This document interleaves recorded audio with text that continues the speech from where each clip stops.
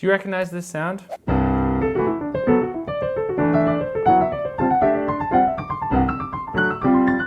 Well, what am I actually doing here? I am taking the dominant pentatonic scale, in this case D dominant pentatonic. It's 1, 2, 3, 5, flat 7. And instead of doing D in the bass, I'm actually doing C. And that gives us this beautiful Lydian sound. Then the pattern we practice is just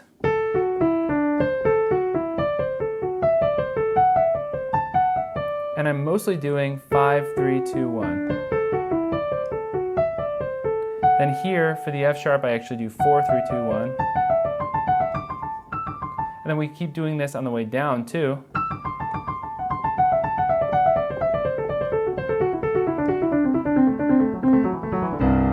We get this really interesting sound, very reminiscent of McCoy Tyner. If you have any questions, let me know in the comments, and I'll see you in the next video.